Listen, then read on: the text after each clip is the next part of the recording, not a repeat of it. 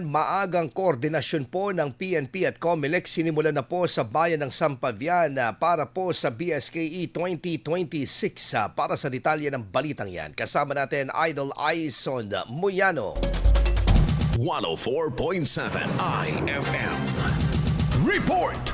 Sinimulan na ng San Fabian Municipal Police Station at ng lokal ng tanggapan ng Commission on Elections or COMELEC ang maagang koordinasyon para sa Barangay at Sangguniang Kabataan Elections or BISKE 2026. Ito ay matapos magsagawa ang dalawang ahensya ng coordination meeting noong July 27 sa opisina ng COMELEC sa Barangay Poblasyon, San Fabian, Pangasinan. Batay sa ulat ng pulisya, tinalakay sa pulong ang mga update, mga pinatupad na seguridad at mga plano sa koordinasyon sa mga susunod na buwan. Nakatakdang idaos ang BISKE 2026 sa November 2, 2026 kung saan ihahalal ang mga punong barangay, 7 miyembro ng Sangguniang Barangay at mga opisyal ng Sangguniang Kabataan sa buong bansa. Sa Pangasinan, inulat ng COMELEC Pangasinan na umabot sa mahigit 124,000 ang mga bagong nagparehistro para sa BISKE 2026 na lumampas sa target na 100,000 ng komisyon. Kasama mo mula rito sa IFM Dagupan, ito sa Idol Aison Muyano, Tatak IFM.